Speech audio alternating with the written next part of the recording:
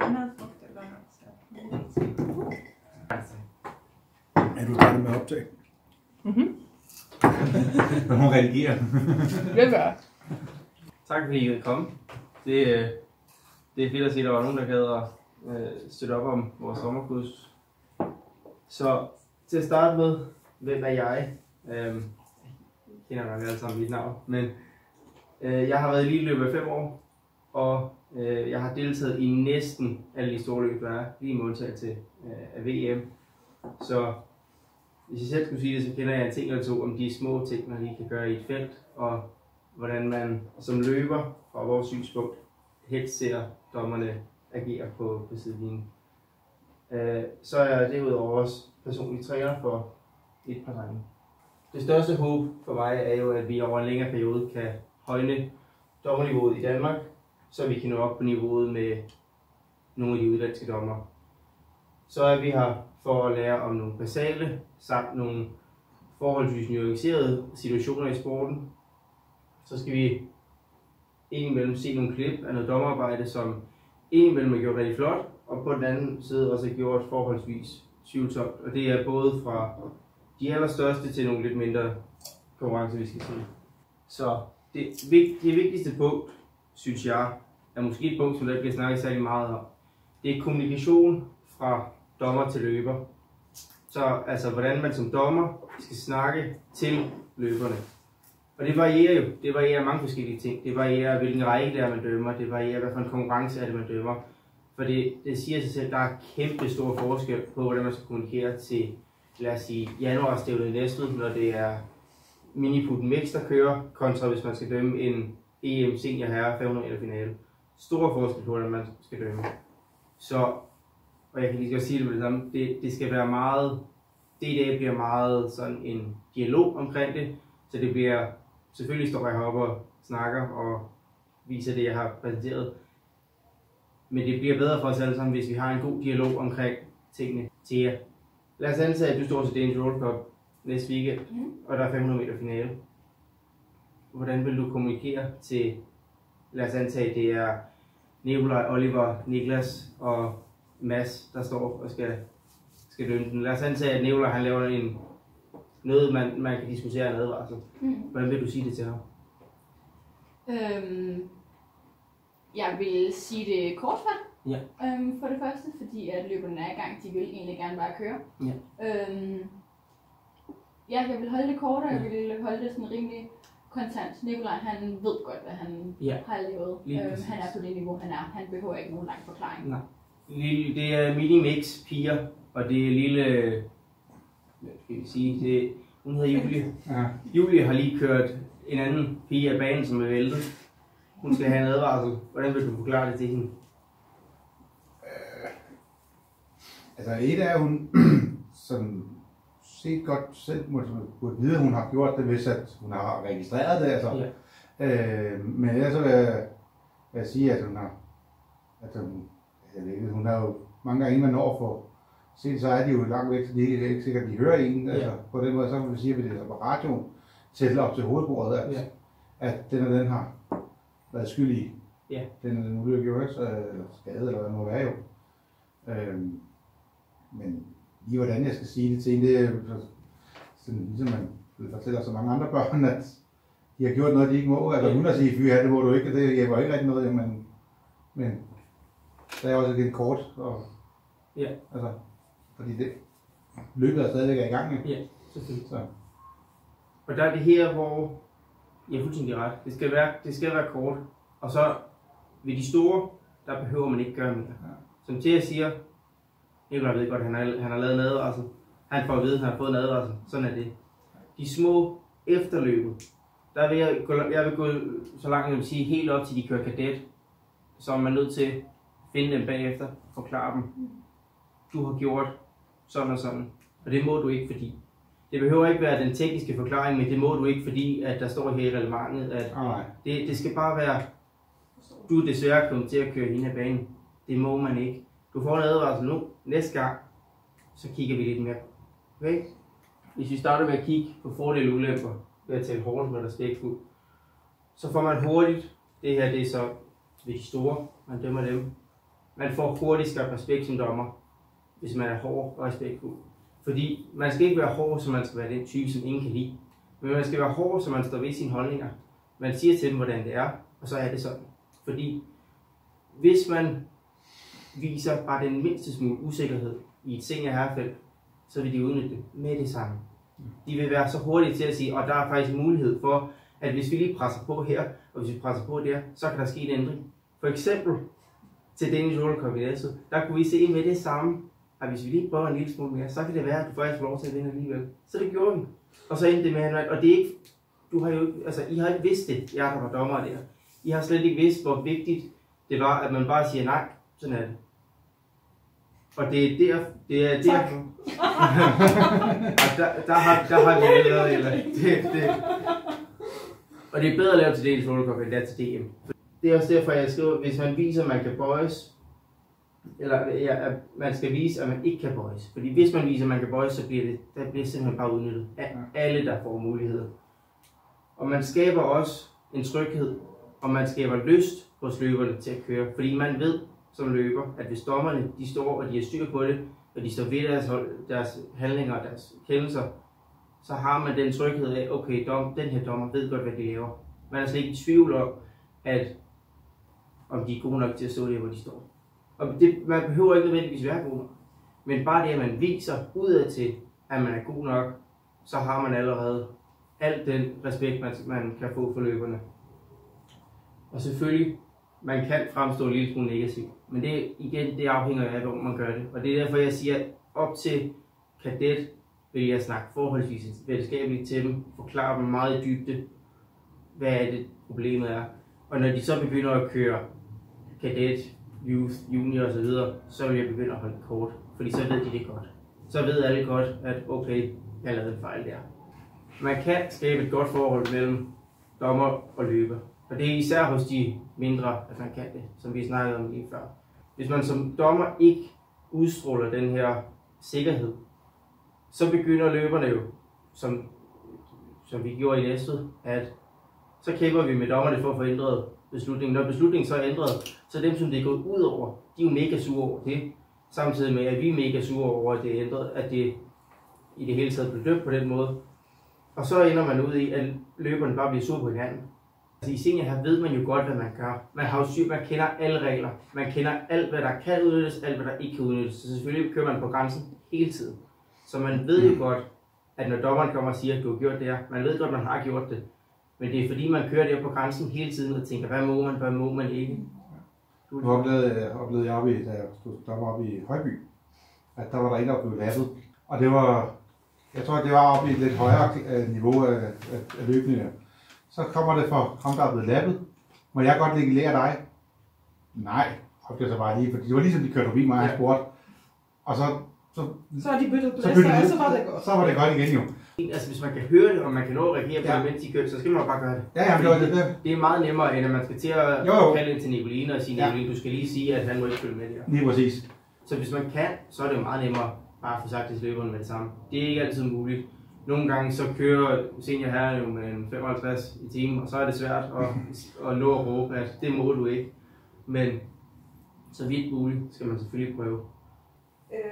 At tale hårdt eller venskabeligt, der er måske nogle gange er det måske svært at snakke hårdt, fordi vi kender hinanden. Vi er bare sådan en lille familie. Vi er så tætte for hinanden, og så lige pludselig skal man huske, at nu har jeg en ankerskat på, og så skal jeg ikke bare smile til dig, fordi vi har lige haft på talentruppen hyggelig snak, men det er, at nu er jeg dommer, og nu er det for alvor, ikke? Så det tror jeg også, at man skal lige finde den her. Det er svært måske nogle gange at være hårdt, fordi vi har så gode relationer, vi har det så godt sammen, ikke? Jo, præcis. Og det er jo svært. Det er jo svært for alle dommere, som er gode venner med dem, som de dømmer. Og især også, det kommer ind på senere, dem, som skal dømme over for deres egne børn også. Det er svært at tage den anden hat på, og så virkelig være hård og professionel i sine kendelser og i sin måde at tale på. Fordi man ved jo, at lige inden og efter løbet, så har man gode samtaler igen.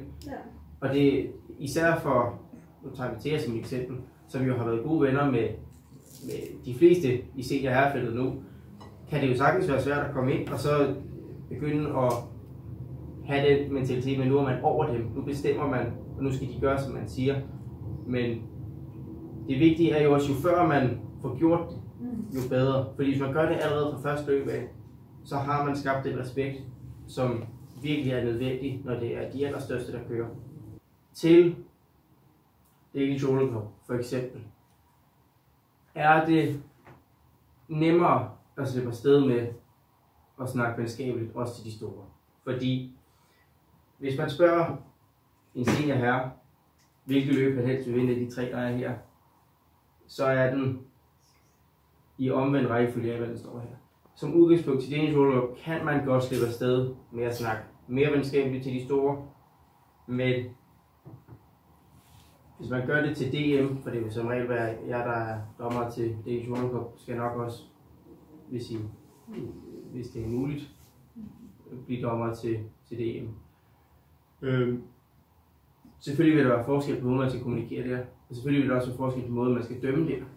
Men umiddelbart, så vil måden man skal kommunikere til Danish Shoulder Cup for eksempel, stadigvæk i situationer, hvor løbere er uenige, og hvor der er sket noget, der skal være en advarsel, er det vigtigt, at man er hurtig, inden at være hård, men respektfuld. Men man kan derimod godt, når det er, det er indløbet, der kan man godt være lidt venskabelig med. Altså der, indløbet, inden der er sket noget, kan man godt slippe afsted med, at man snakker lidt, man laver en lille joke som dommer eller sådan noget. Fordi indløbet er der ikke sket noget. Der er ikke nogen konflikter, der er ikke noget. Bare lige så snart løbet er i gang, så er man den hårde respektfuld. Hvorimod til DM for eksempel, der er det klart bedst, at man har den her hårde, respektfulde tone fra start af. Det skal ikke være sådan, at man går rundt i pauserne og har en hat på, som om man er bedre end de fleste, og man skal bestemme over dem der. Men når det bliver kørt løb, så er man på, det er også indløbet, det er efterløbet. I pausen, der kan man selvfølgelig godt være loose. Og hvis man skal nå derop, hvor man skal dømme Europacup, EM osv., der ser man næsten ikke løbere og snakke med dommer. For der er det vigtigste bare, at dommerne de har den respekt, som de skal have. Og den har man ved at være helt neutral. Ikke snakke med nogen. Ikke snakke med... for eksempel er der er jo dommer fra hele verden, men man ser stadig ikke den belgiske dommer snakke med det belgiske landshold. Nu skal vi snakke lidt om, hvordan man skal dømme i de forskellige rækker. Vi har snakket om, hvordan man skal kommunikere, så nu skal vi over mod, hvordan man skal dømme, og hvad for nogle ting, der er vigtige at dømme for de forskellige rækker til at starte med. Umiddelbart så i kadet er man en lille smule mere hård, så her vil man for eksempel gøre brug af advarsler. Disk, hvis det bliver nødvendigt, men i kadet er diskvalifikation, det er en sjældenhed. Fordi kadet er de stadigvæk i den alder, hvor man lige skal lære reglerne helt. Så de kender de fleste regler, men der kan godt være regler, som de ikke helt er klar over.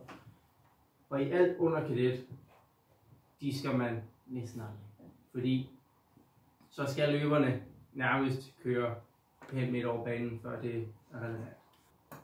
Når sporten er så lille, skal børnene også have lyst til at være her. Så hvis man kommer i det første løb og siger til Liv, du er disket for at køre om kejlen, så mister Liv fuldstændig lyst til at køre resten af dagen. Og det kan godt være, at kendelsen i sig selv er korrekt, man skal diskes for at køre om kejlen, så er det en af de her nuancerede ting, hvor man er nødt til at kigge på konkurrencen. Så hvis konkurrencen er tæt, så kan man godt sige, okay, vi kører lidt om kejlen, vi bliver nummer 2 i stedet for nummer 1. Men hvis hun fører med 5 omgange, hvor hun kører indenom, så er det forholdsvis begrænset, hvor relevant kendelsen er. Og det er selvfølgelig det er jo imod reglementet, men man er også nødt til som dommer at vurdere selv i situationer som det her. I youth-drengen, der kører dem vi har i youth-drengen, de kører forholdsvis hårdt til. De kører til. Der er ikke nogen tvivl om, at de gør næsten lige så meget som også seniorer for at vinde et løb. Så der skal man være lidt hårdere. Men man skal stadig kigge på advarsler, det skal man gøre brug af nu. Så nu er det relevant, at hvis Marius siger, at han har kørt ind i siden på Christoffer, så skal han nok have en advarsel. Disk her er stadigvæk noget, man skal gøre brug af, men man skal kigge på situationen. Lad os antage, at der er en løber, der når 3 advarsler. Færdig, så skal de diskes. Det kommer man ikke udenom. Lad os sige, at det er en 1000 meter sprint. det vil sige en advarsel, det vil sige, at man bliver disket, så bliver, de ligger alle sammen, lad os sige, de ligger, vi kan tegne her. Hvis vi antager, at det her, det er svævelsebanen, vi kører på, det ser sådan her ud. De ligger 4 her, der ligger en lidt længere fremme, og så ligger de 3 her. Ham her, han falder tilbage, så han bliver overhældet udenom af dem her. Men at inden han så bliver overhældet udenom af den sidste, så kører han ind imellem her. Det er som regel en advarsel, fordi de her 3 kommer med meget hurtigere fart, end ham der falder tilbage.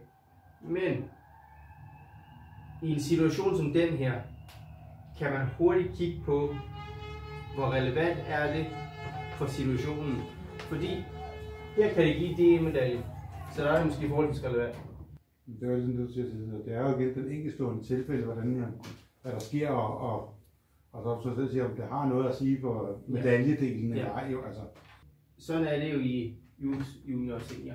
Altså, der er det på den her måde, at situationerne er aldrig ens. Der er aldrig nogensinde været 2 situationer, der er den samme. Så selvom man lige i løbet inden har lavet et kendelse, hvor man har sagt, at når nu personen er blevet disket, så kan det godt være en ny situation, hvor man vurderer, at personen skal bare deklasseres i stedet. Hvor hårdt skal man dømme i de forskellige konkurrencer? Til for eksempel Danish Roller Cup, der vil man, i modsætning til hvad Michael siger her, der kan man godt komme igennem det med en løftet pegefinger. Vi kan tage Næstved, at der var det ikke, selvom man kan argumentere for, at den advarsel, som jeg fik, og som jeg skulle have, kunne have været mere end en advarsel. Det kunne det sagtens have været, og det kunne der sagtens have været nogle dommer, der er dømt, især med de, altså sådan som reglerne er i Danmark, kunne det sagtens have været disk. Det var der dommer, der kunne have fundet frem til.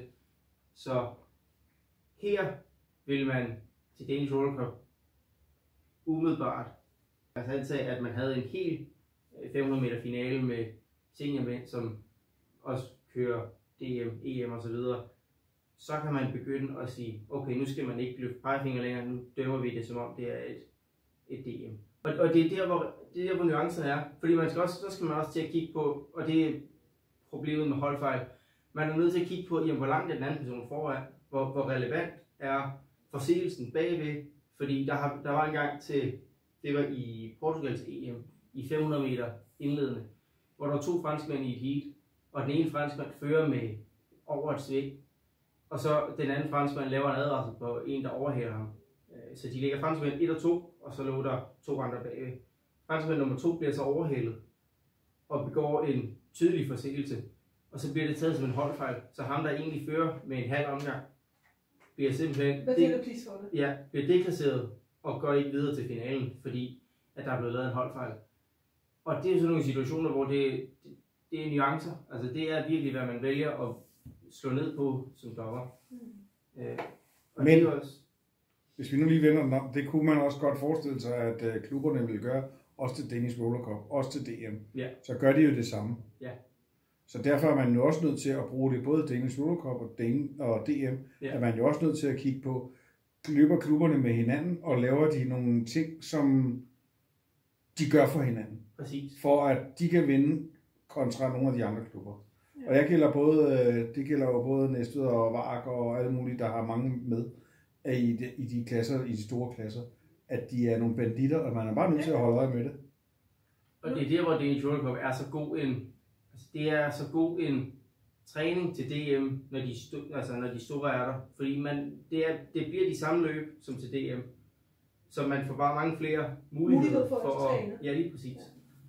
Og det er derfor, det var så godt sidste år i Næstved, da der var vi en 6-7 BT-løber fra junior herop. Fordi der har man som dommer virkelig en mulighed for at lære de forskellige situationer. Så når de store er der til Danish Roller Cup, så er det virkelig vigtigt, at man dømmer det som var det DM. Og det er derfor, det varierer så meget, at deltagerne, fordi man kan aldrig rigtig vide, hvem der kommer. Og det er der, hvor man igen skal kigge nuancer, kigge på, hvem der er, kigge på, hvor mange der er, og alle de forskellige ting, vi har ellers har snakket om. Jeg vil bare sige, det skal ikke gå os mulighed for, at vi bliver testet. Nej.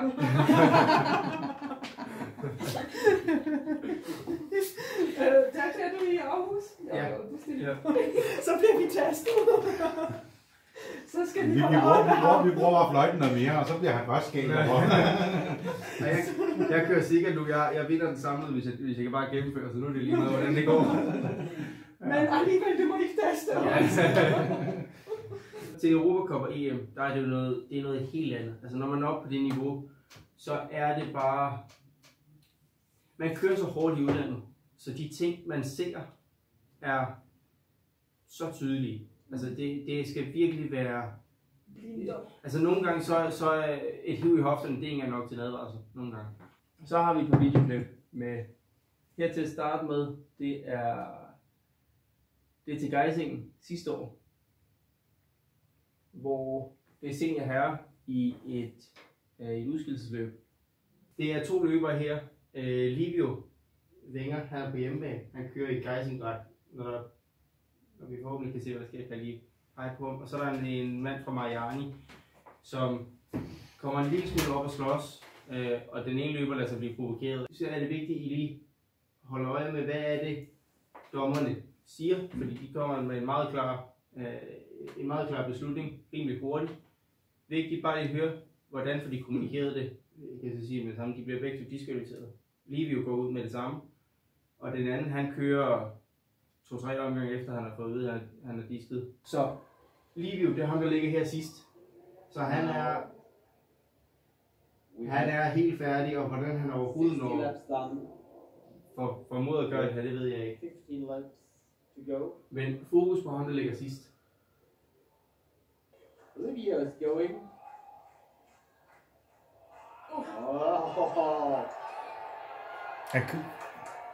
Una pelea entre el patinador Alessandro Livio. Så. This was a hard fight. Nu kan I se, så rører Livio ud nu. Left in the struggle.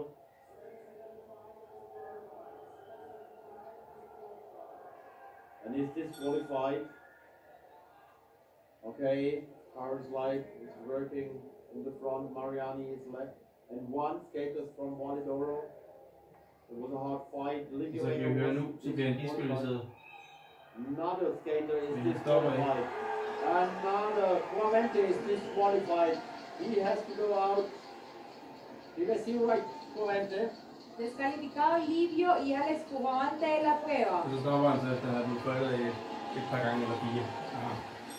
Eller når du ser hele, altså du ser det udefra løbet som, altså situationen som helhed. Havde du også disket dem begge to? Det tror jeg, ja. Fordi der har været snak om, at det kun var Livio, der skulle diskes. Fordi Livio starter den. Altså, Livio starter hele konflikten, og det er ham, der er skyld i, at der overhovedet sker noget. Men der, hvor Alex Clemente, han også bliver disket for, han hisser sig jo selv op, han begynder at skubbe igen. Og det er der, hvor forskellen er, og det er der, hvor man som dommer virkelig skal være hurtig og skal være vågen. Fordi han skubber kun igen en gang, men det han skubber igen en gang, det er nok til, at han skal diskes. Så i sådan en situation der, er det virkelig vigtigt, at man med det samme melder ud, Livio disket, Clemente disket. Og hvis de så fortsætter med at køre, så må man blive ved med at fløjte af dem. Og så er det jo der, hvor hvis de bliver ved med at køre, så ender man jo ude i en potentiel udelukkelse, hvis det sker til DM for eksempel.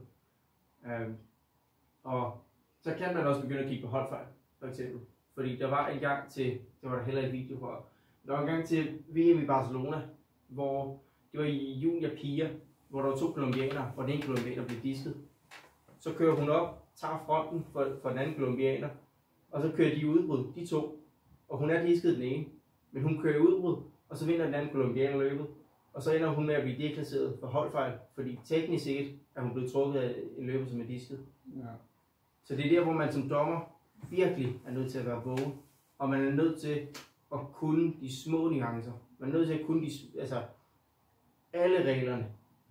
Og i situationer som, hvis vi tager den fra Barcelona med de 2 piger, selvfølgelig kan man sige, at den ene Colombia har ikke noget med det at gøre. Altså hende, der bliver trukket, har ikke noget med det at gøre. Men det, at hun følger med, er nok til, at hun skal deklarere for holdfejl. Så selvom det er en nuance, og hun ikke, i hvert fald ikke 100% er skyld i det, så er det den kendelse, der er nødt til at være. Og her ved jeg, at Livio og Koulibaly brokkede sig helt utrolig meget efter løbet. Men der gjorde dommerne det rigtigt. De sagde, at det var det, de havde set. Det er det, de har dømt. Og så er det sådan, det er. Hvor mange dommer er de på sådan en løb der? De har en dommer her og en dommer her. Så har de selvfølgelig en dommer, der står herinde og altså, til omgangen.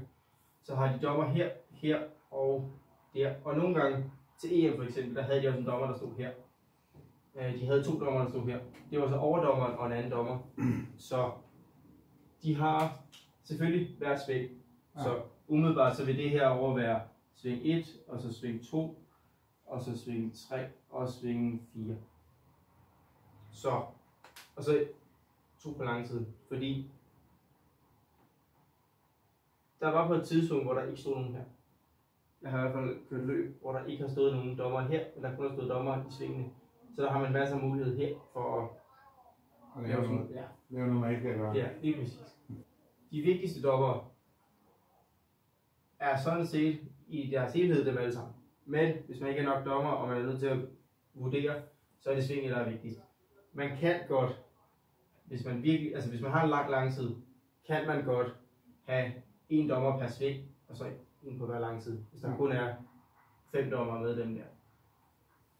Men som udgangspunkt, hvis man kan, så vil man gerne have en 6-7 dommer til rådighed til løb som dem her. Men her har de i hvert fald 2 dommer hvert sving, og så på langsiden, og så 1 til at til. Og det er også derfor, at man kan høre, at de bliver fløjtet så meget af, fordi der står dommer over det hele. Ja. Så der er dommer, der kan fløjte af dem over det hele. Og det er derfor, det er jo nemmere, jo flere dommer man er. Fordi jo mindre ansvar har man også selv, og jo nemmere er det at uddelegere opgaver. Vi står ikke i situationen, at vi har for mange dommer. Der er mere, nej, vi er kun lige til jo, altså mange gange. Altså. Så vi arbejder med 4 og så en startdommer. Ja. Slash overdommer. Ja. Og det kan man jo også sagtens. Altså 4 dommer er jo, det er jo altså 4 dommer og så en startdommer er jo også, det kan man sagtens slippe afsted med. Det største problem er jo bare, når man kommer ud på en bane som Højby, hvor banen er så lang, så der kan nå at ske så meget på langsiden.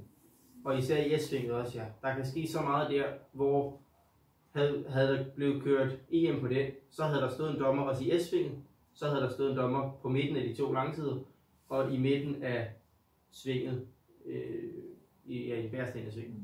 Den er også lidt tricky. Ja, det er med at krydse ind foran og sådan noget. Altså det er den. Men det er også fordi, normalt så kigger man rigtig meget på opløbet. Altså, hvordan kører løberen sin bane her? Altså, normalt kører man jo ud, og så kører man enten her, eller her. Ja, præcis. Det er som regel de 2 baner, man kører. Og det er jo svært i Højby, når banen er, som den er, med et sving, der går sådan her. Fordi, hvad er så egentlig opløbet? Altså, hvornår starter opløbet her, eller starter opløbet først, når man når herover? Så der er det jo også, at man som dommer skal tage en beslutning tidligt på dagen, og vil sige, okay, opløbet det er derfra, eller opløbet det er derfra. Når man er vant til at køre på Højby, så bliver man aldrig overrasket, når man kommer ud til andre baner. Det var sådan, nå okay. Ja, det går bare rundt. Ja, når man har set Højby, så har man set alt. Ja, lige. Det var bare det, hvor jeg snakker jo.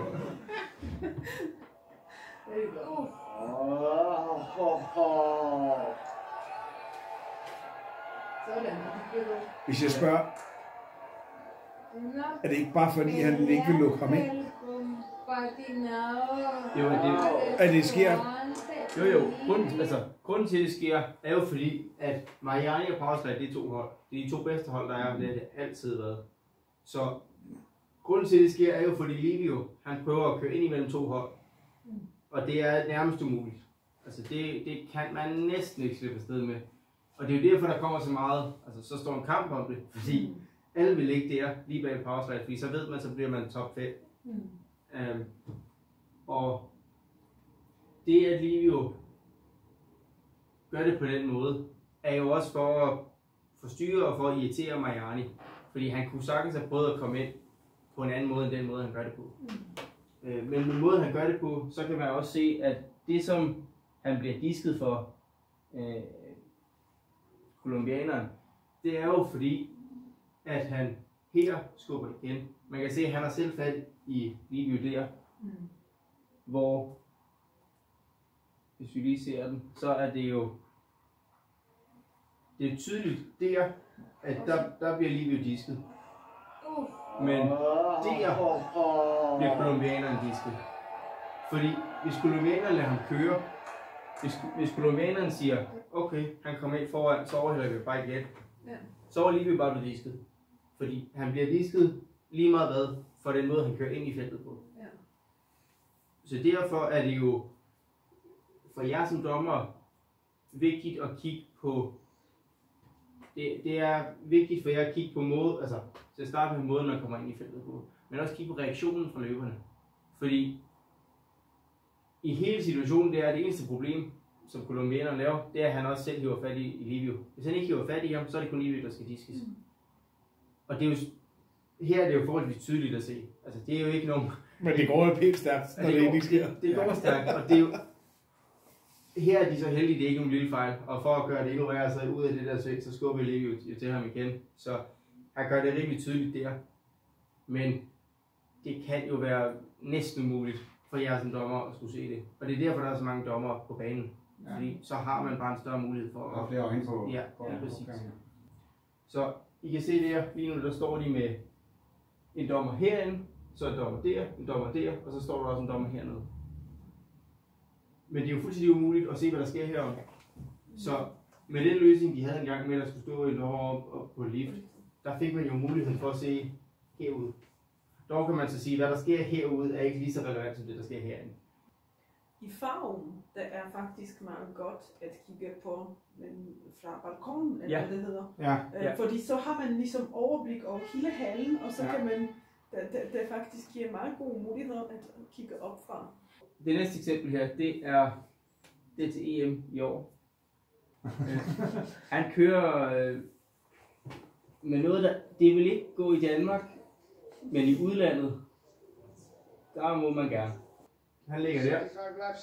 Hver gang der er udskillelse i udlandet, så gør han præcis det samme. Når der altså er Så han ligger dernede. Han ligger inde i inderbanen. Når der så er udskillelse, så skal I kigge på, hvor meget han kører indenom. Altså han kører indenom feltet.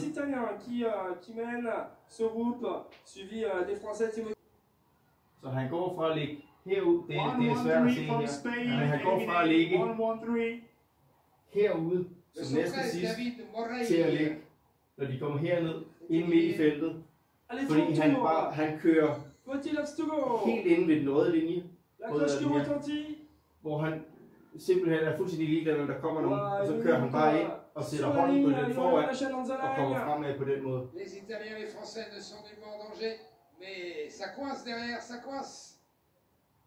C'est la bagarre pour ne pas être éliminé. Pourtant, est-ce que l'Allemand a lâché l'effort un peu tôt? Der skubber han faktisk til. Ja, det gjorde han. Helt præcis. Der kørte han ind om en tjekke og giver ham en lille albue. Så i Danmark havde den aldrig gået. Aldrig nogensinde. I udlandet, der går den. Fordi der bliver det her set som en lille, altså det er et lille skub, og så kommer man videre derfra. Det er en svær ting at vende sig af med, og det er derfor, at der indimellem er nogle løb i Danmark, hvor der bliver kørt lidt hårdt til. Altså hårdere end reglementet egentlig tillader. Fordi løberne er så vant til at køre løb i udlandet, og så uvant med at køre løb i Danmark, fordi der som regel kun har været 3-4 løb om året i Danmark, og de har kørt 10 stykker i udlandet. Men det har jeg også hørt som argument, da jeg har diskuteret med løber, at men sådan gør man i landet. Ja. Og så svarer jeg tilbage, men sådan gør man det ikke i Danmark. men igen, man skal ikke diskutere. Man skal bare sige, sådan er det. Ja. Det er det. Og det er også det er helt rigtigt at sige, sådan gør man i Danmark, og så er det færdigt. Så er den lukket, og så behøver man ikke at skulle diskutere mere. Fordi løberne ved godt, der er forskel på, hvordan man dømmer i Danmark, og hvordan man dømmer i udlandet. Så den jeg laver på Oliver, og det sagde jeg også bagefter, det var nok til en, altså, det var en deklassering til mig. Og det var en advarsel, og det skulle jeg også have. Men i udlandet... Men det kunne godt være, at du kan fortælle alle om den situation, som folk... Ja, hvis der er nogen, der ikke har set det. Jo, men det er også hvis der kommer ingen. Nej. Så der sker det, at hernede ved målstregen, der, og det er vi stadig ikke, det har vi kigget nærmere på, men fra mit synspunkt i hvert fald, så vi ligger her 3. Hvis vi siger, det her, det var mig, så var det her Oliver, og Nikolaj var herude. Så jeg kører og blokerer for Oliver. Så Oliver han overhælder mig indenom. Det jeg ser det som om, det er at han kører indenom banen. Altså han kører indenom den lille linje, der er blevet tegnet, og Nikolaj kører udenom, og Nikolaj kommer i svinget, der ligger Nikolaj her, jeg ligger her, og Oliver ligger der. Efter han har kørt, af hvad jeg har set indenom, så giver jeg ham jeg hiver ham i den ene hoft, fordi jeg vurderer, at det var en dårlig overhældning.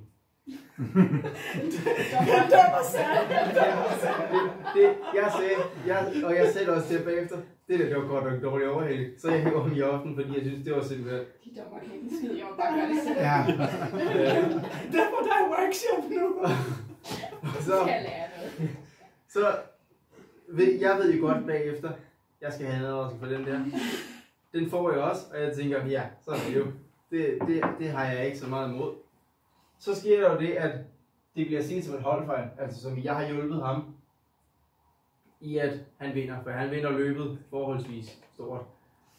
Og det kan man så argumentere, har jeg hjulpet ham, eller har jeg egentlig bare hævet ham i hofterne, fordi han havde, altså, som et svar på, at han havde lavet det, jeg mente var uregelmæssigt. Og det derfor, det er jo en nuance, fordi det kan man have svært ved som dommer at se, fordi I ved jo ikke, hvordan vi har det med det, der sker på banen. I kan jo ikke læse vores tanker, eller se, hvorfor gjorde han det der, hvorfor gjorde han det der. Fordi her var jeg lige så dårlig og lige så dum, som kolumbianeren var i klippet før. Med at, jeg lader mig rive med af en, der har gjort noget, som man mener ikke er acceptabelt. Har intentionen betydning, eller er det simpelthen det fysiske bevægelse, der sker, der har betydning? Det vil altid være det fysiske bevægelse, der har betydning. Fordi intentionen, det vil kun være noget hos løberne. Altså, fordi du kan ikke læse deres tanker, og selvfølgelig de vil gerne vinde. Så ja. Altså, det kan aldrig nogensinde... Og de vil altid sige, der er med vilje. Selvom man holdt den anden i kopten. Køren er ligesom alle trafikanter udvejen. Mig først. Ja, og sådan vil det altid være. Og det er jo derfor, at det kan være svært at se, og det er også derfor, man som løber skal være klog, fordi det var jeg jo ikke der. For jeg vidste jo godt, at løbet gik som det skulle. Jeg vidste godt, at Nikolaj han ville vinde løbet, så jeg skulle bare have være med at gøre noget. Men i det, at jeg så valgte at hive Oliver i hofterne, der giver jeg jer mulighed. Og det er jo det problemet, at jeg giver jer muligheden for at dømme det. Og så laver I en dom, som, havde det været det, som det var sluttet med, så havde vi gået hjem og sagt, nå, sådan er det. Altså, vi havde jo nok accepteret det til sidst. Og vi havde sådan set accepteret den efter det næste løb. Fordi vi vidste jo godt, der er ikke nogen grund til at være sur på dommerne. Og hvis I har set noget, så er det det, I har set, og så er det det, I skal dømme. Selvfølgelig er man sur og skuffet, men man er også nødt til at acceptere det. Og sådan vil det også være, når I skal ud og dømme, og I skal dømme nogle svære situationer. Det kan godt være, at løberne er sure det næste team, men efter det, så lige pludselig, så er de også gode igen. Så har de kørt det næste løb, og så er alt som om, at der ikke er sket noget. Og det er derfor, det er vigtigt, at I bare er hårde og stå ved jeres beslutninger. Og så er det jo, det er jo okay at give advarsler. I skal give så mange advarsler som overhovedet muligt. Ikke? Altså, hvis de har gjort så meget til dem. Der giver mening, ja. Så hellere, hvis der sker noget, der er sådan lige på grænsen til advarsel, så giv en advarsel. Giv en advarsel til at starte med, fordi så begynder løberne at tænke, okay, nu tager jeg mig lige sammen. Selvfølgelig skal der også, man skal kunne forsvare sin advarsel. Men hvis der er noget, der ligger lige på grænsen til en advarsel, så giver det mere mening at give den, end at lade det blive værre og værre. For så ender det ud med, at det bliver slemt. Men jeg er enig, men jeg tror, at problemet ligger at i de ting, som vi ikke kan sige. Ja. Og jeg tror, at den bedste måde er, at ligesom jeg har stået sammen med Pia eller med Lars, eller med dem, der er meget mere erfaren, hvor vi kiggede på løb, og så har vi diskuteret, hvad er der sker. Ja. Fordi når man er ny, eller jeg er ny,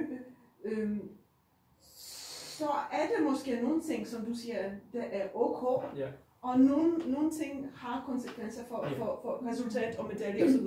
Så når man ikke ved, hvad man ikke har set, så er det svært at dømme det. Så derfor jeg synes, det er vigtigt, at jeg vil gerne have en støtte, når der er A-finalerne, hvor man har dobbelt øjne, hvor der bliver kommenteret på, hvad er der sker. Fordi det er den bedste måde, hvor man kan lære. Det synes jeg fra min side. Det er altså det bedste måde at lære er jo at gøre det. By doing, ikke? Learning by doing. Men jeg tror måske også, altså især jer forældre, som ikke selv har kørt det, altså for os løbere, når I skal dømme, at det er naturligt, ikke? Jo, men at I ikke sådan, I har ikke den samme forståelse af, hvad der ikke forstyrrer os, altså fordi der er mange forældre, der godt kan stå og tænke, hov, den der løber rørt, den anden løber på hoften, ikke? Altså, og sådan set bare for at jo, men så længe det er jo, det kan der bare stadigvæk være mange men det er ikke det, som kan se som forstyrrelser, men hvor løberne, de har overhovedet ikke indset det. Altså fordi, at det er det, de er vant til. Nu når vi til et punkt, der hedder, hvordan skal man dømme sit eget barn. Det kan være svært, og det er selvfølgelig ikke relevant for alle sammen. Så ja, nu. Men det kan være svært at dømme sit eget barn. Og for alt i verden, hvis det er muligt, så lad være. Det er fordi, mange siger, at man ender med at dømme man dømmer til sit barns favør, det gør man ikke. Man dømmer dem værre. Man dømmer dem hårdere. Man ender med at dømme dem man giver dem advarsler for ting, som de overhovedet ikke har gjort. Fordi man sidder med tanken, at bare ikke der er nogen, der tænker, at det er også fordi, det er mit barn, at jeg lader dem vinde. Og så det er fordel til mit barn. Og det ender bare galt. Så hvis man kan, lad os sige, at til Danish World Cup, at man er på den gruppe, hvor man skal dømme sit eget barn, så kan man lige sige, kan du lige dømme det næste løb, fordi mit barn kører, og jeg vil ikke dømme, når det er mit eget barn, der kører. Det giver mere mening. Der er også et andet perspektiv, som måske I forstår det ikke, men når man stiller op til Danish Roller Cup, så er man der for sin barn. Så man vil gøre os happy. Hey, kom så. Men der står man lige, man skal lige tige stille, når de kører forbi. Sådan. Men igen, man skal prøve, jeg prøver så vidt muligt at være neutral over for Nicolas, for at ikke hvad det hedder. Jeg vil ikke hæppe på ham, når han kører. Altså, fordi... Men altså, det vil jo altid være relevant, når sporten er så lille.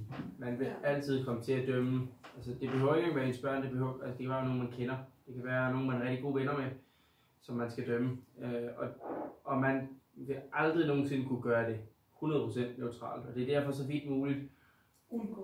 Uden personlige relationer, så er det nemmere det. Lad os antage, at der ikke er nogen muligheder. Så er det jo bare, som du har sagt, Martin, lige tage et skridt tilbage, stå som om, at man kender ikke nogen, og så må løbe, som det skal dømme. Så må man gøre sit bedste. Så nu er vi nået til, hvor man skal stå henne på banen som dommer. Vi har taget en 200 meter bane, så hvis vi går herned, så tager vi en 100 meter bane. Så der står 4 kejler. Umiddelbart, så vil man jo gerne have en dommer ved hver kejle. Er det indendørs eller udendørs? Det her er indendørs. Så indendørs okay. med de 4 kejler der, 100 meter bane. Yes. Helt normalt. Så der måske lige, dommeren står måske her. I hvert fald en dommer ved hver kejle vil man som regel gerne have. Til hvis der bliver sparet kejler væk, så kan man hurtigt sætte den på plads. Umiddelbart, så skal der selvfølgelig stå en, siger det hernede, det er målstregen, så en til omgang. Så har man også indimellem haft overdommer herinde, altså en overdommer, der kan stå herinde, og så til nogle løb har man så også haft en dommer, der står med inden, så overdommeren står og kan snakke med en anden højtkvalificeret dommer ved siden af, så overdommeren ikke står alene med de store beslutninger. Og så kan der også, alt afhængig af hvor mange dommer der er, og hvorhenne det er, så hvis det er udlandsløb, kan der også sagtens stå dommer, for eksempel en dommer her, og så er man også nået dertil, hvor at selvfølgelig kan der stå nogen, der kan stå dommer herude på siderne, men det ser man sjældent. Hvis vi kigger på en 300 meter eller mere bane, så det kan være, vi kan starte med at tage næste udbane. Så umiddelbart, så giver det, normalt så lukker man af her, så de skal køre sådan der, så der kommer et sving på. Så har man selvfølgelig hernede, hvor målstregen er, vil man have en omgangstæller herinde. Mm-hmm. Så står overdommeren nogle gange hernede. Mm-hmm. Og så har man selvfølgelig sin dommer i svinget, som står der og omkring der sad jeg der faktisk. Ja, og så en dommer herinde til, det var til Danish World Cup. Stod dommeren så ikke? Nej, var der ikke 2 nede for den anden ende også? Det tror jeg bare, de var 2 nede i... Var det ikke 5? Jeg mener, der var 5 stykker. Der er altid 4 plus en overdommer. Ja. Ja, så... Der må være, ja. Ja, jeg tror nok, de stod sådan dernede, ja. I hvert fald, så... I Danmark, der er det her, det er den sædvanlige måde, man gør det på. Så altså, der står en dommer per sving, så en dommer i det, man vil kalde for sving 1, en dommer i sving 2, som så bliver lidt sving 2 og 3, men det er område 2. Ja, og så vil det her som regel bare blive kaldt sving 3 og sving 4. Ja. Så selvom det her i sig selv jo godt kan ses som 3 sving, så vælger man normalt bare at kalde det for sving 2. I udlandet, der gør man det på lidt en anden måde. Så for eksempel de dommer, der står her, de står som regel herinde i stedet for. Fordi så har man lidt mere, man har nemmere udsyn i forhold til dem, der er i forhold til de inderste i pakken, fordi man ligger jo som regel i 3 grupper, så på 3 packs. Og så er det svært at se for den, der står her, hvad der sker herinde. Og især for den, der står her, så er det umuligt at se, hvad der sker i det her sving for dem, der ligger inderst. De vil stadig stå her, dommerne, og så vil der også normalt være en dommer, der står her, og en dommer, der står her. Fordi så har man hele banen dækket, og så burde der ikke ske særlig mange ting, uden man kan se det. Har vi haft så mange tidligere, da der var flere dommer i Danmark? Det tror jeg faktisk ikke. Jeg kan huske, der har stået en herovre på et tidspunkt, men jeg har aldrig set en i Danmark her. Har det været, fordi man ikke har kunnet skaffe det, eller fordi man har vurderet, at det ikke var nødvendigt? Det ved jeg faktisk ikke. Det er mange år siden. Men i hvert fald i udlandet, Gruskerau for eksempel, der er banen, den er ikke ligesom Næstved, men det er meget en standard 300 meter bane. Hvor der står de nemlig en i sving 1, en i sving 2, og så en på langsiden, en i 3, en i 4 og en på langsiden. Og så selvfølgelig en, der står her til omgangstæller. Og så har de også haft, som de altid har i udlandet, dommer, der står herinde. Nogle gange har der været 2, så det vil altid være overdommeren og en, der står sammen med overdommeren og diskuterer, ligesom i alle de andre udlandsløb. Simpelthen fordi, at så de har udsyn til hele banen, og hvis der er tvivl om noget, så tager de beslutning.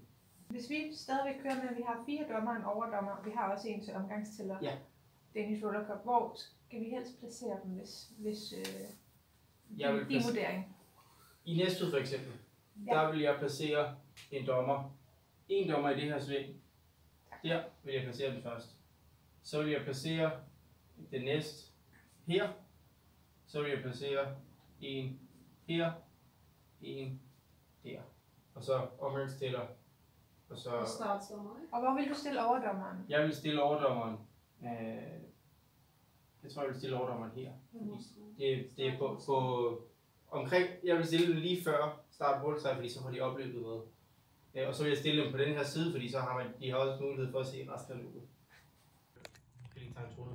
Men i princip så placerer du alle dommer på den ene side af banen. Og det er fordi til Danish World Cup er der ikke nok til, at vi ligger i flere rækker. Altså i de yngre grupper, der giver det mest mening, at dommeren står her, fordi så har man større udsyn, som du siger, det er du helt ret i. Nu skal vi være i Aarhus. Hvordan vil du placere dem? Har vi billeder af Aarhusbanen? Ja. Så altså herovre.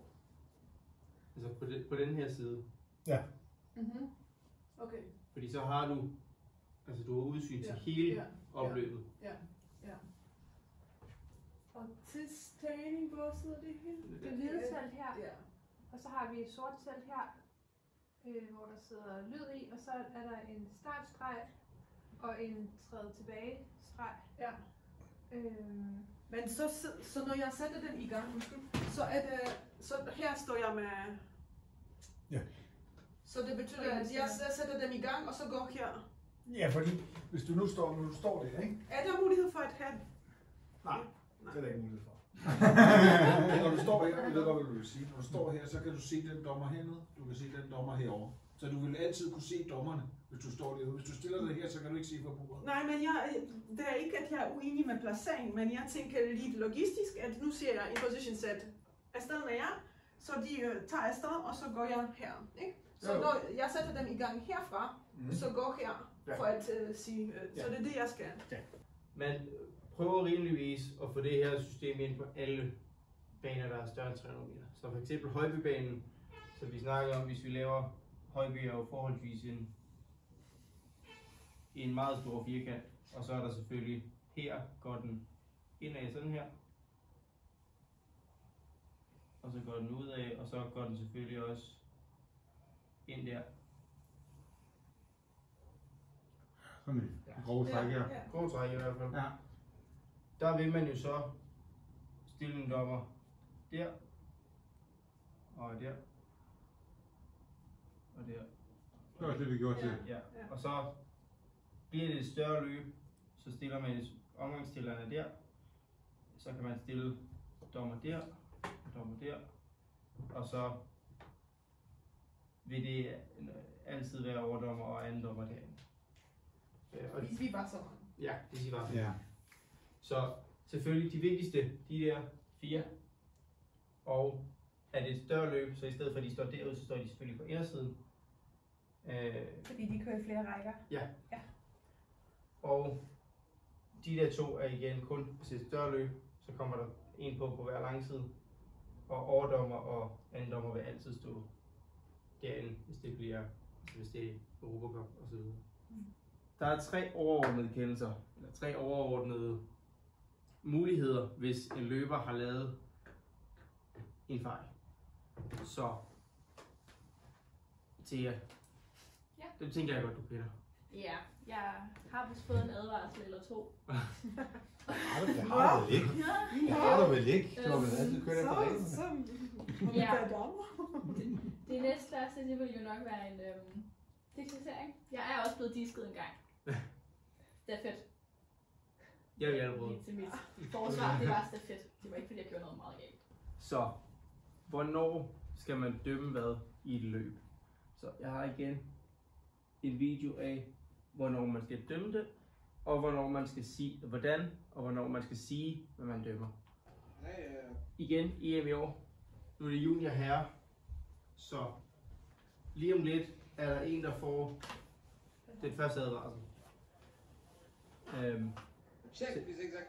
I skal vise bare fokusere på, hvad der bliver sagt. Warning 3, 2, 1 and 3 out 2.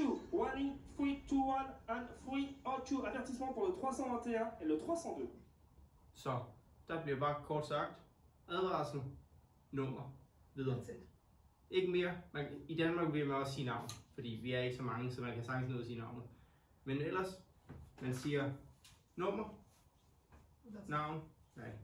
On n'est pas là, il reste 12 laps to Free go. out 2, second warning. Free out 2, second warning. 302. Meget hurtigt, meget kort. Nummer, i Danmark, også navn. Anden advarsel. Det er meget vigtigt, at man siger anden advarsel. Fordi hvis de ikke har hørt den først, så ved man ikke nødvendigvis, at man har en advarsel. Så det er meget vigtigt, hvis det er anden advarsel, så siger man anden advarsel. Og selvfølgelig tredje advarsel, det siger man ikke, så siger man bare diskvalificeret. Ja. Jeg oplever nogle gange, når jeg stiller op, og der er især i finale A blandt drenge, at de griner lidt den måde jeg udtaler deres navne. Og nogle gange kommer der sådan en mærkelig kommentar til det. Og jeg plejer at lidt smide på reben og så over. Men nogle gange synes jeg, det er ubehageligt. Er det okay at give advarsel for det? Ja. Ja, eller så slår jeg polsk. Så kan de stå der og grine, så giv mig en skideværk på polsk, det ved ikke, hvad du siger. Ja, man må gerne få advarsel for, altså det er jo at behandle dommeren dårligt, selvfølgelig må man det. Det gælder jo også, hvis der er nogen, der kommer med et udbrud og kalder dig alle mulige ting efterfølgende, hvis du har lavet en eller anden givet dem en advarsel eller en deklassering, eller så der bliver sagt noget til dig, så får de bare en til. Eller de skal fuldstændig for resten af stævnet. Men der er igen den her tolerancegrænse, fordi den... Jo, det kommer igen på, hvad det er, der ligger til grund for at løbe. Altså. Du kan mærke, hvornår det ikke længere er behageligt, og det er det, der skal være dit pejlemærke for, hvornår du giver en advarsel. Det skal ikke være, vil Martin kunne tåle det, så skal jeg også kunne tåle det. Du skal mærke på dig selv, at er jeg tilpas nu, eller er jeg ikke tilpas? Og det er det, der er dit pejlemærke for, skal de have en advarsel. Fordi den her grænse er meget organisk, ikke? Altså, man må gerne give en advarsel for noget, der sker ud for banen. Altså som enten inden et løb eller efter et løb, må man gerne give advarsel, man må gerne disk, man må gerne deklassere, man må sådan set det hele. Men har det så på virkningen, tæller det med i advarselspulje? Så bliver det registreret nogle steder? Lad os antage, at der er kørt en 500 meter sprint, og der kommer en ud og siger noget grimt til dig bagefter, og du giver en advarsel, så er det jo diskvalifikation, fordi det er en sprint. Hvis det sker i et langt løb, og han har 0 advarsel, så kan du godt give ham en advarsel, så sker der ikke noget ved, fordi han har stadig kun den ene. Men du kan godt, altså... Men det er tilknyttet til løb? Ja, så okay. Advarsel er tilknyttet til det løb, der er... Altså, enten før eller efter? Ja, lige præcis. Super. Men også hvis der kommer nogen hen, nu har vi snakket meget om situationer, som kan ske efter løbet.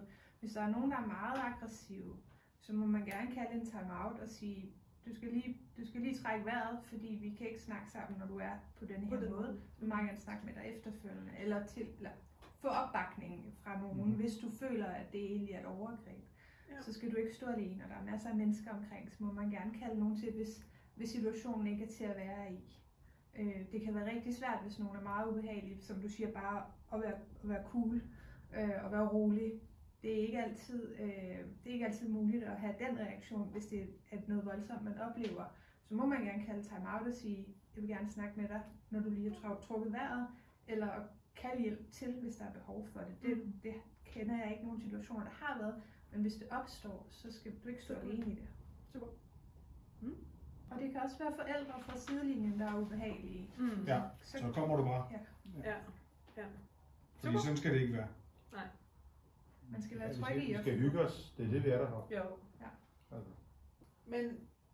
Men ligesom konklusionen var, at man skal fløjte, indtil han forlader banen. Ja. Altså hvis de ikke kører ud, så fløjter man bare dem, til de forlader banen. Hvis de ikke forlader banen, så er det bare udøvelse. Altså, det er meget simpelt. Hvis man bliver ved med at køre, så skal man selvfølgelig også kigge på indflydelse på løbet, så hvis deres holdkammerater vinder, kan man godt give en holdfejl. Men som udgangspunkt, hvis de bliver ved med at køre, de kører helt i mål, så nærmer man sig nok udøvelse. I hvert fald for næste løb. Super. Er der noget gestikulering eller et eller andet, man også kan bruge det ud over fløjte? Kan man... Altså normalt fløjter man og peger.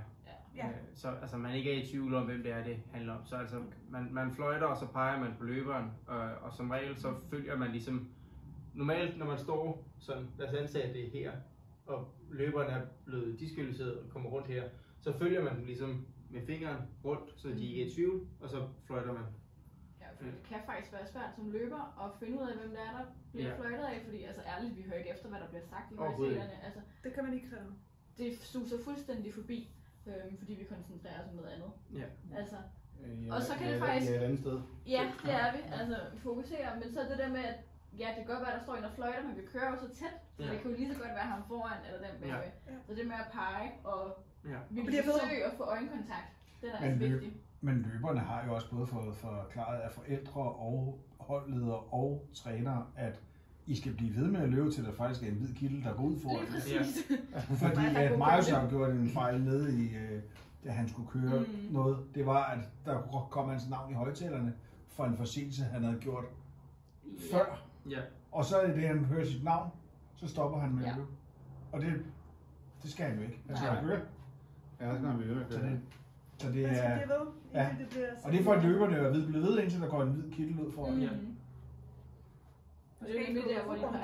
Og det skal man jo ikke gøre, men man sådan peger og følge langt med, ikke? Og så selvfølgelig, hvis man vil deklassere en løber, det er noget, man altid gør efter løbet.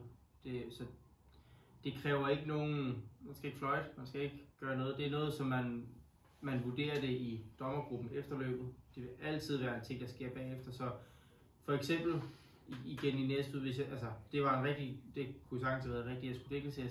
I fandt sammen de dommer, der var relevante, fordi det er selvfølgelig vigtigt, det skal ikke være dommerne over på den anden side. De 2, 3, 4 dommer, der er relevante, finder lige sammen, kommer på en konklusion, færdig.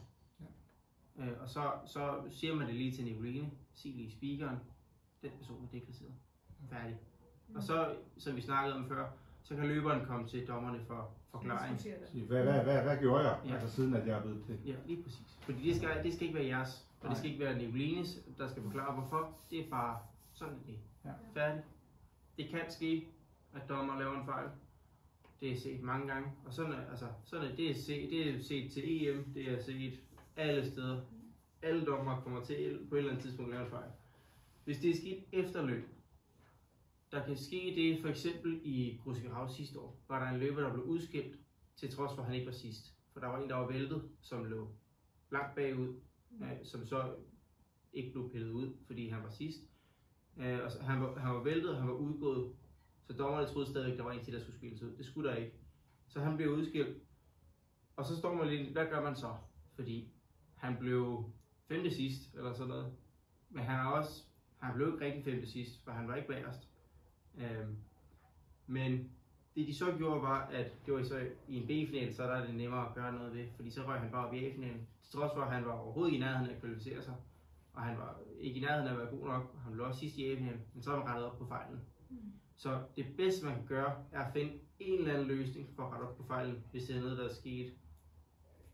Altså, hvis det er noget, der sker efter løbet, har man indset, der har vi lavet fejl. Så, og det er nogle gange svært at komme på noget, der rigtig giver mening. Altså noget, der virkelig kan erstatte fejlen, men det bedste man kan gøre, er jo at finde noget, der minder om. Så lad os sige, at der er i pointløb, man er kommet til at give point på en forkert omgang. Så er det bedste man kan gøre efter løbet, det er at sige, at du har faktisk ikke fået 2 point, fordi det var på en forkert omgang, der blev givet det. Så du har ikke fået point. Altså det er den nemmeste måde, man kan gøre det på, og den måde, der giver mest mening, det er at acceptere, at man har lavet en fejl. Og så må man melde ud, at i det her tilfælde, der er blevet talt forkert på omgangene. Det behøver ikke nødvendigvis være en decideret fejldom. Det kan bare være noget, der er tvivlsomt. Altså noget, hvor jeg har en sidste video efter det her, hvor det var også til EM, hvor der simpelthen er i junior herre i et udskillelsesløb, er der nogen, der vælter ind i banden, så banden falder af. Det vil sige, at man er nødt til at stoppe løbet for at få banden på igen, ellers så kan man jo ikke køre videre. Og der stopper man løbet, og problemet er, at der ligger 4 løbere, som er i udbrud, som fører med en halv omgang. Og det er et pointudskillelsesløb, så dem, der fører, tager jo alle pointene. Det er der ikke tvivl om. Der er ikke nogen tvivl om, dem, der ligger derude, de kommer til at vinde løbet. Men det man så gør, når man har neutraliseret løbet, man har stoppet det, det er, at man starter tilbage i et stort felt, så dem, der egentlig lå i udbrud, de ligger jo nu i feltet igen. I resten af gruppen. Og til med er det så ham, der ligger forrest, og som har fået flest point, han skal starte næsten sidst, fordi de starter jo for en national rangering. Og det er egentlig i og for sig en korrekt dom. Det kan man takkes til. Problemet er bare, det er ikke fair. I løbet efter, i senior kvinder, der sker der simpelthen det, at lyset går over på banen, mens der er 3 løbere, der er i udbrud. Og de har også rimeligvis samme distance. Så lyset går over, så stopper man løbet. Og så er forskellen bare den her gang, så lader man de 3 løbere starte den halve omgang foran. Hvilket egentlig også er en korrekt dom. Det kan man sagtens. Det står i reglementet, det må man gerne. Problemet er bare, at man har gjort 2 forskellige ting. Så dem, der nu står i junior herre, og dem, der ikke har fået en medalje, selvom de uden tvivl burde, der var en af dem, som ikke fik den medalje, som de ellers havde fået, er jo mega sure. Og det ender med, at det kan I se det, det ender med, at halvdelen af feltet går ud i protest, og så ender det med, at det bliver et mærkeligt løb til EM. Fordi der er en overdommer, der ser på det på den ene måde, den anden ser på det på den anden måde. Ja, og skulle man faktisk have gjort som den første dommer i nummer 2. Ja, det er konsekvent, ikke? Ja. Fordi det er den samme konkurrence. Så man er nødt til bare at sige, okay, vi har lavet en fejl, men vi er nødt til at gå med det. Fordi ellers så bliver resten af løbet skidt. Hvad var fejlen her? Fejlen er, at man ikke er konsekvent. Så fejlen er, at dameløbet skulle have været sat i gang på samme måde som herreløbet, fordi herreløbet blev kørt først? Ja. Så det er det eneste problem, fordi reglementmæssigt er det korrekt. Altså reglementmæssigt må man gerne begge dele, og begge dele er acceptabelt. Men problemet er, at når man ikke er konsekvent, så skaber man forvirring, og man skaber egentlig bare frustrationer hos alle. Men i hvert fald lige om lidt, så går lyset på banen, så der bliver helt mørkt, så man kan ikke se noget som helst. Avant-poste avec Josie Hoffman suivi de... Så røg lyset. Og speakeren. Men hun er bare derude. Stop the race, stop the race. On arrête la course, bien sûr. Så sker der simpelthen det, at de står i et godt stykke tid, men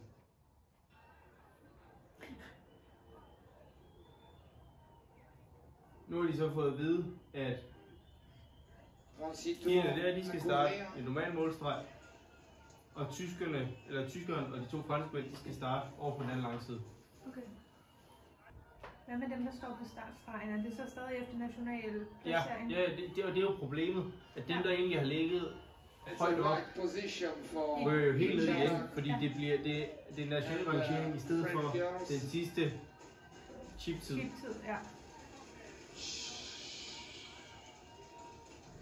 Og få lusefrisker man har. And a new start for 36 laps. Nouveau départ pour 36 tours. Så der går ikke længe før, så går italienerne ud. De går simpelthen bare ud af løbet. Og så går spanierne ud. De står inde på midten, italienerne. Og så lige om lidt, så kører 2-1 for 2 points, 2-2-2, 1 point, 214, 2 points, 222, 1 point. Prochaine élimination à 13. Prochaine élimination à 13 tours. Ja, vi ligger der i mange omgange. Fordi italienens træner gik over til spanierne og spurgte, om de ikke også ville gå ud. Og så gik de ud, og så brød de ikke over til hollænderne, og hollænderne gik ikke ud. Og så ender man med at få sådan et resultat, hvor det er lidt rodet, fordi dem, der egentlig har ligget til at være de bedste, ender med lige pludselig så at blive sidst, fordi man simpelthen bare taber. Altså, man taber bare respekt. Altså, alle løberne der har tabt fuldstændig respekt for alle dommerne, der står der. Alt sammen fordi, at de ikke er konsekvente i den måde, de dømmer på.